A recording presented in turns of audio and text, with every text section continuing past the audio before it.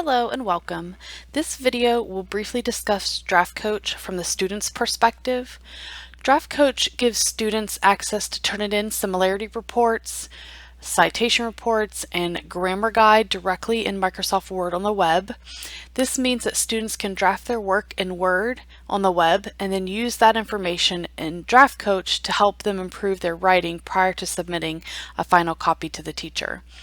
Draft Coach is meant to help students navigate the issues of similarity and plagiarism and grammar as they write and revise their assignments. So let's begin. Draft Coach has to be run and can only be utilized when it's Office Online.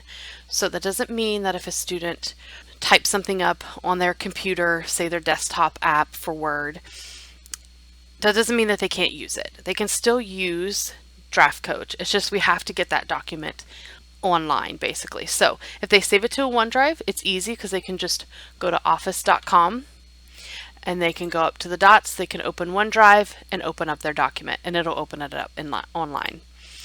If they don't, then they can say they've typed it somewhere else. They can go and they can open up a new blank document and then we can just copy and paste something in here. And then they can run it that way too. So what you're going to see is after it loads, you're going to see Turnitin up here. Now it's for some reason it's populating twice up here. I'm not sure. I'm working on getting that fixed, but nevertheless, they'll just click on Turnitin and then click on Draft Coach. And then it's going to tell you it failed. This authentication failed might have to do with the reason why there's two of them up there. But nevertheless, if you hit try again, it is going to pop up. So this is basically the panel, the Draft Coach panel. It's telling you that you have three things that you can do here. So we have similarity check. So this is what basically it will take a paper and it will compare it against, just like it's if you're turning it in to turn it in. It'll compare it, but what it's going to do is it's not going to store it. So it's not going to store it in there. So the student can go and can use, so they have 3 checks per paper. So they can run a similarity check. They can see what their similarity score is. It's going to give them probably some tips or whatever.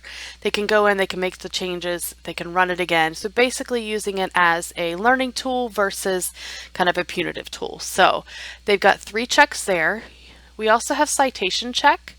So I haven't used this too much, so if you guys are able to use this and to give me some feedback, that would be great.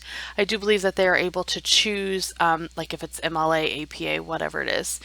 And then we also have a grammar check. Now, obviously Word has a grammar check as well. This one kind of goes deeper, and what the grammar check on here does is it doesn't just tell them what should be changed. It's also basically giving them, you know, if this is a fragmented sentence, this is why a fragmented sentence isn't good. So it's, like I said, it's using it as a learning tool. So those 2 things we're not going to really go over too much.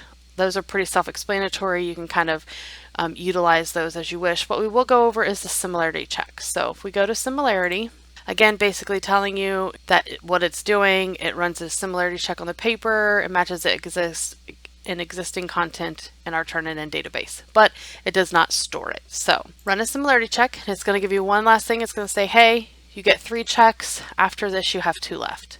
We're going to hit confirm, and it's going to do its thing. I'm going to leave this in real time to show you it does not take too long.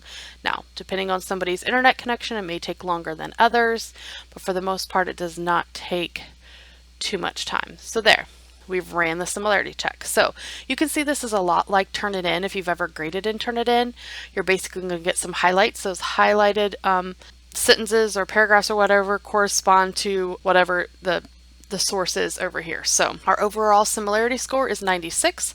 Not that great, probably because I went to these different places and copied and pasted stuff. So you can see so 31% came from this one. If I click on it, it's going to tell me what it is. It's going to give me the resource that I can actually go to.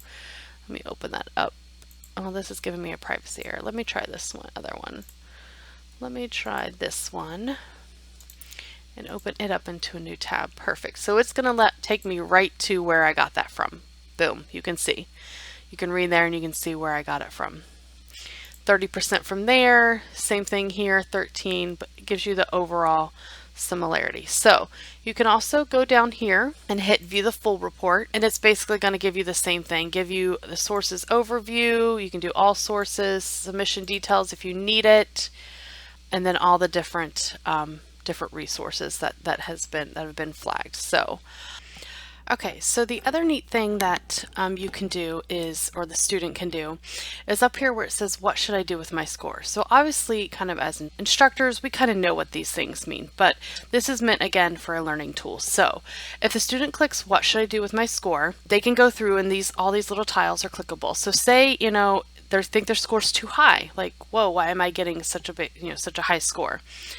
They click on it, it's going to tell them, okay, so this may mean that you have a lot of your paper that matches other resources. So what can I do? I can balance some information out using my own writing, determine if you could paraphrase or summarize, properly cite. So that's where it's going to come into, rather than just a punitive tool, it's going to come into a learning tool. So and they can do that they can choose the option too high, too low, large sections of my paper are highlighted.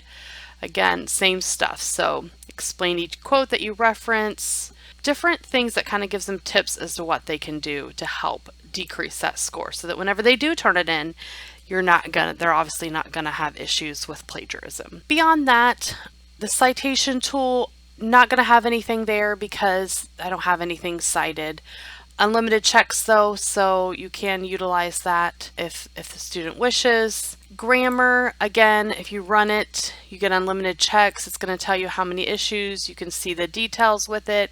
You have a grammar issue, some mechanics, some structure, some usage. What should I do with these results? Again, something you can click and it can tell you, okay, it's highlighted many issues in my assignment. They can go through, they could get some feedback on how to help. And then as well, they can kind of go in and see, it'll highlight where it is, and then it can say, you have one in this category, here's what you can do and even show some examples. So different things that kind of help a student write a better paper before it gets to you. So again, using the Draft Coach as a learning tool.